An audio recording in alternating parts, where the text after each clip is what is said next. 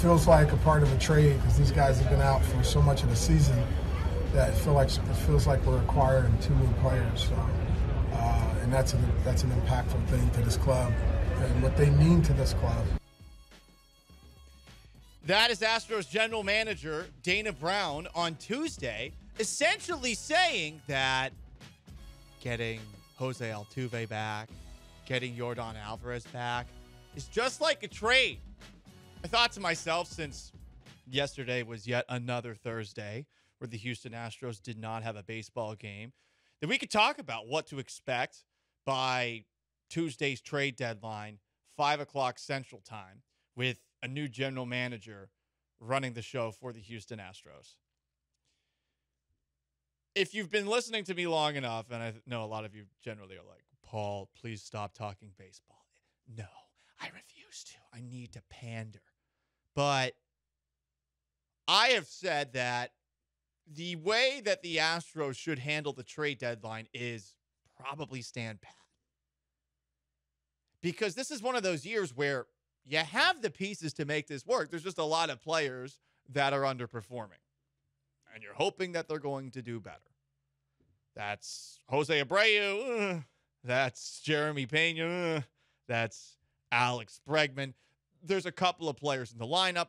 There's some pitchers. Framber Valdez hasn't been pitching well of late. Christian Javier hasn't been as dominant as he was last year. Hunter Brown has not been that consistent, but this is essentially his rookie season.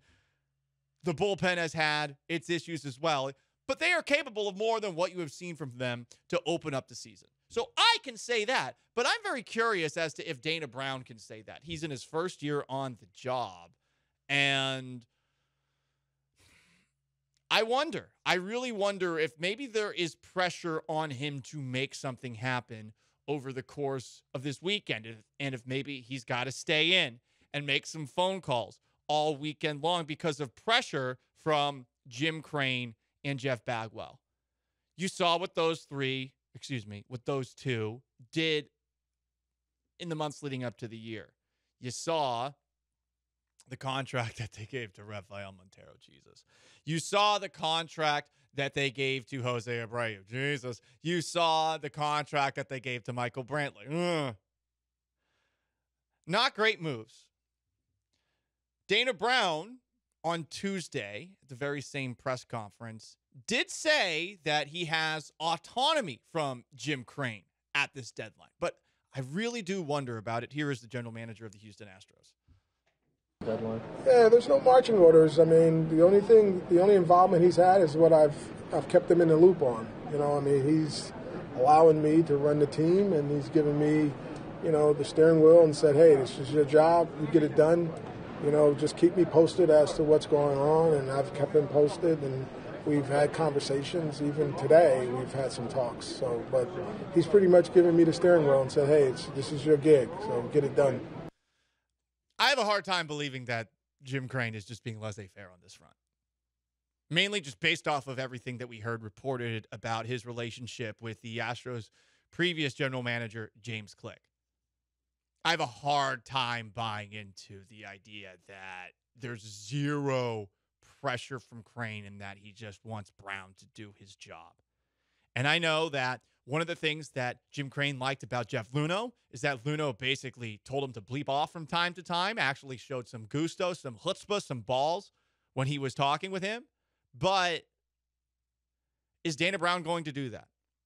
And again, it's the first year on the job. I don't know if there's really that much pressure on Dana Brown with that in mind to make something happen. And I do think that the smart thing for the Astros to do at the trade deadline is to tread lightly when it comes to any potential deals, not giving up big name prospects like a Drew Gilbert or anything like that for a short-term rental, unless it's Shohei Ohtani. If it's Shohei Ohtani, then F that. I mean, see you, Drew Gilbert. I will totally forget your name. 100%. Even if he ends up being good on another team, I will totally forget about you if it results in a trade that gets Shohei Ohtani for the second half of this year. I will take a Shohei Ohtani rental. I will let Shohei Ohtani use me the way that Randy Johnson used this team back in the day. It was fun, right? I mean, it didn't lead into anything, but what the hell? Like, you had Randy Johnson for a hot moment in time, Sean Mapes. I was a little worried when you started the sentence, I'll let Shohei Ohtani use me, ... I was like, uh-oh, where's this going? But like Randy Johnson, to a championship. He's the team. That's where it's going, Sean. Well, Randy Johnson famously did not win a championship. But it's not his fault. I mean, he no, played definitely lights not out. his fault. It Played is lights at out. least his fault in 98 or 99, whatever year it was. Who is it the fault of? Jeff Bagwell? Craig Biggio?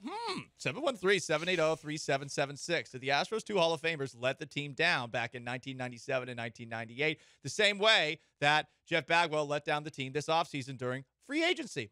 Thoughts? Look, I'm curious. I'm very curious as to what Dana Brown's going to do.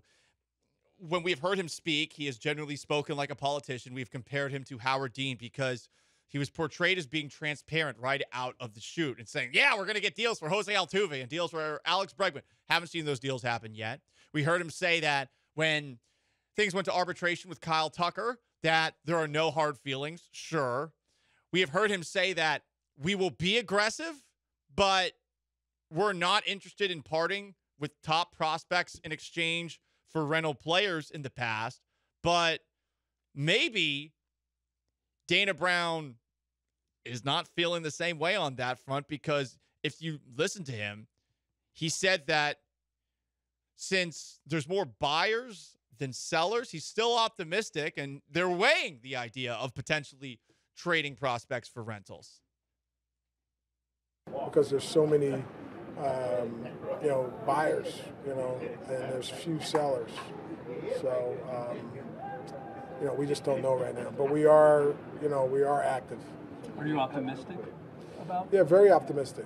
Very optimistic. I mean, it could potentially cost you prospects, and that's one of the things that we have to, monitor closely. Do you want to mortgage, the future for a rental? So that's something that we have to look at as an organization and front office. Is it worth it? I think an interesting point was just made on the Twitch, on the most interactive sports talk show in Houston, twitch.tv/ESPN 97.5 by Barry on deck. What's up, Barry?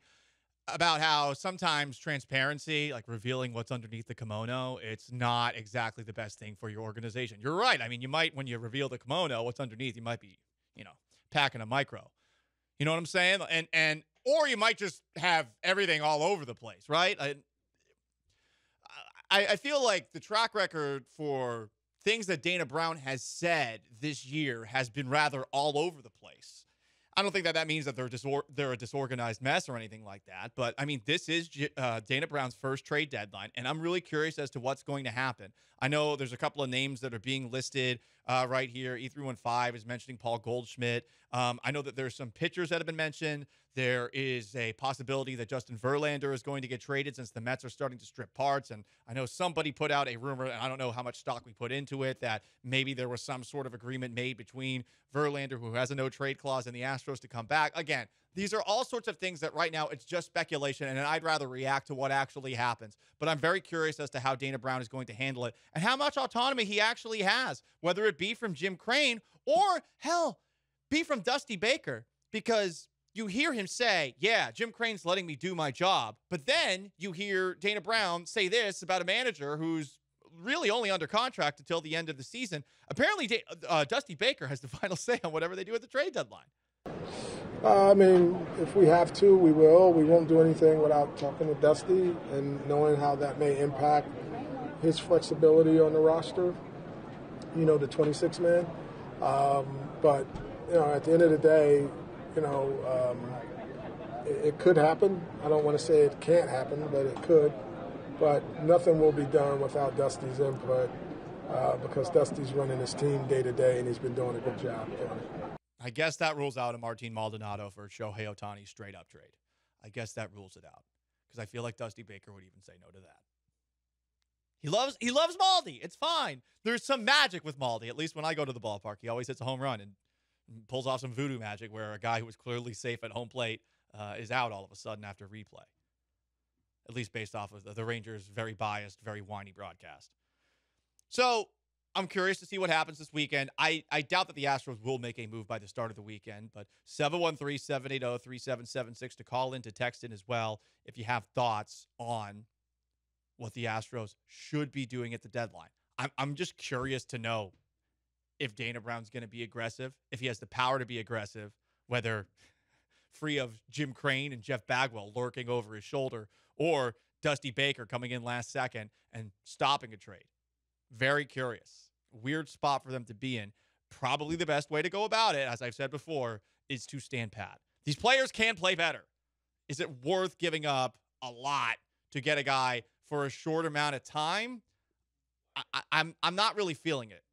Yeah, I think definitely for the lineup, like there really isn't that many spots you can actually replace someone with, because you have your outfield with Jordan, who might DH also, but then you got Chaz, you got Tucker. Your infield is Abreu, who just signed a new deal, and you're not going to be able to get off of him, so he has to play. He has to just play better. You have Altuve, you have Jeremy Pena, who maybe he's part of a mega trade. Like if you were to trade for Ohtani, he would have to be in it. Yes. But then now you have a shortstop hole, and then you have Alex Bregman behind the dish. You have Maldi and also Yanier Diaz. So there really isn't many spots in the lineup that could actually be fit. Maybe you can make a small, move so we don't have to see Madris or Kessinger ever again. Yes, please. Maybe. No offense to those guys. Yeah, move some furniture around in that way. But I could see them trading for an arm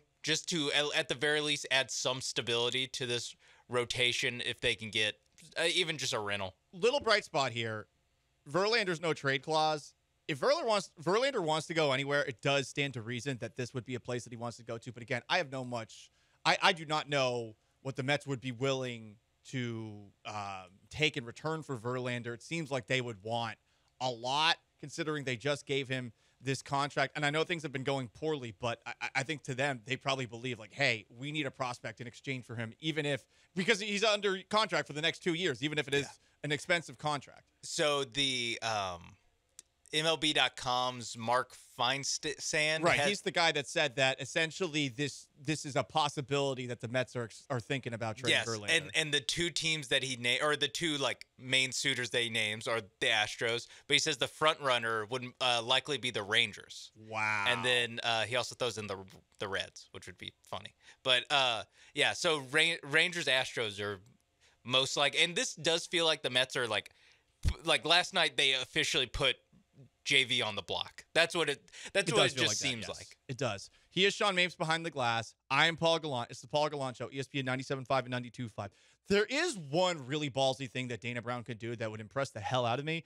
The ballsy move that Dana Brown could make is this. And I don't know if there's an option that fits the bill here, but it would be to trade for a left-handed first baseman. He's been talking about getting a lefty bat.